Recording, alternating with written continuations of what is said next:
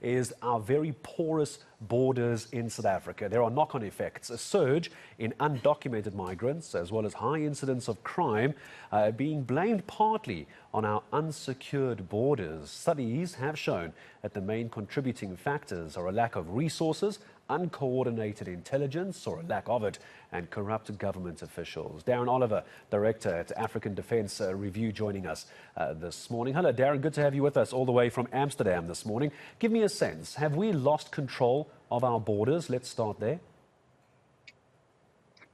Lost control is a bit of a strong term, but we certainly aren't doing as much as we possibly should be doing or could be doing. I mean, we currently only have 15 companies or troops deployed across all of our borders, which is obviously a massive, massive, massive area. And ideally, we need at least 22, probably more than that. But there isn't enough funding for that. And that's especially true on the borders of Zimbabwe and Mozambique and Lesotho, where, for example, Zimbabwe and Mozambique, there are between them only 7 companies deployed, which is clearly far from enough. We have, there has been an intervention recently to try to use the Border Management Agency, but these are more to replace and augment sort of police and customs at the border points, not per se across the entire border. So that doesn't really solve the issue in that sense.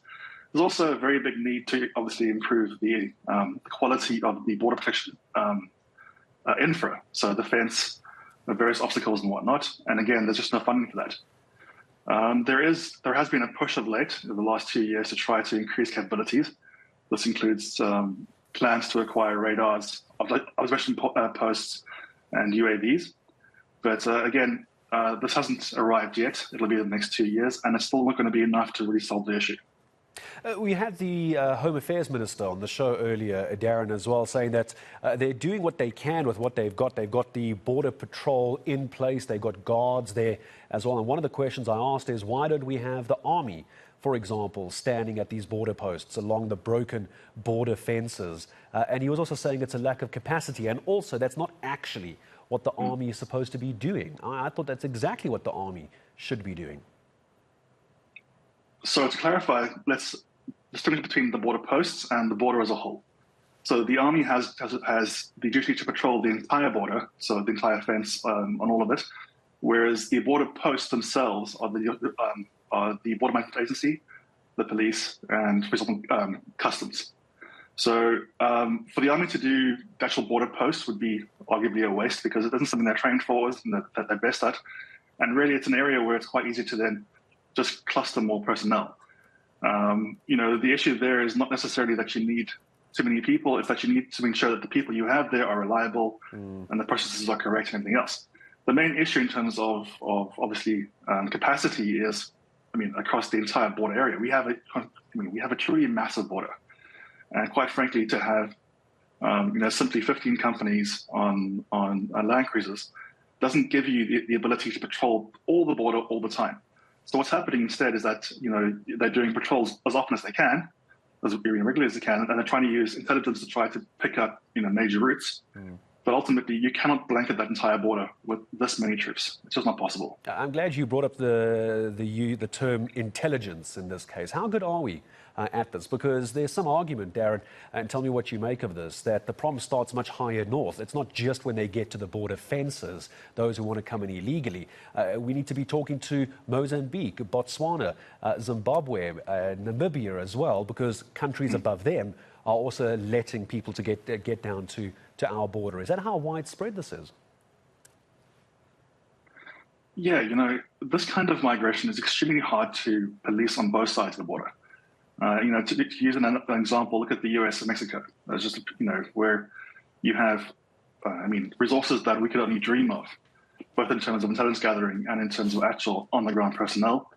And there's still issues around an inability to prevent mass migration. So to some extent, it is an impossible task unless you solve the problems that are causing people to want to leave their countries, which is, again, economic collapses, conflicts, all these other issues. So to an extent, there's a limit to what is possible through pure intelligence and through pure patrolling.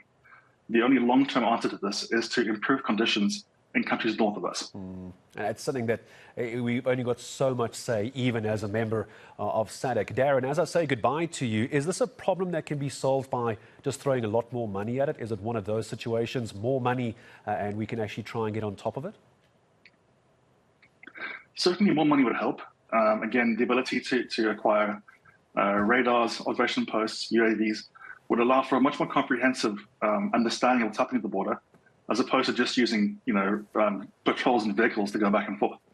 It would allow, for example, to also use aircraft for the role, which currently they're not being used because it's just too costly.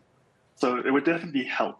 I wouldn't say it would solve the issue, but it would make it, a lot more manageable. And of course, not only that, if you were able to then solve the issue in terms of being able to do interventions up north as well, provide support to the Mozambique and Zimbabwe authorities, and also improve the handling on our side of how we handle people that come across. All this is possible with more funding and with better capacity, and would definitely help the issue. None of it would solve it, but it would help. Yeah, certainly. I think right now it's just help that we're looking for as well. I don't think anyone's wishing we can suddenly be on top of it overnight. Darren Olivier, thank you very much. Always good to hear from you. Director at African Defence Review over in Amsterdam at the moment. Very kind to take time out of his morning to talk to us about our focus on our porous borders.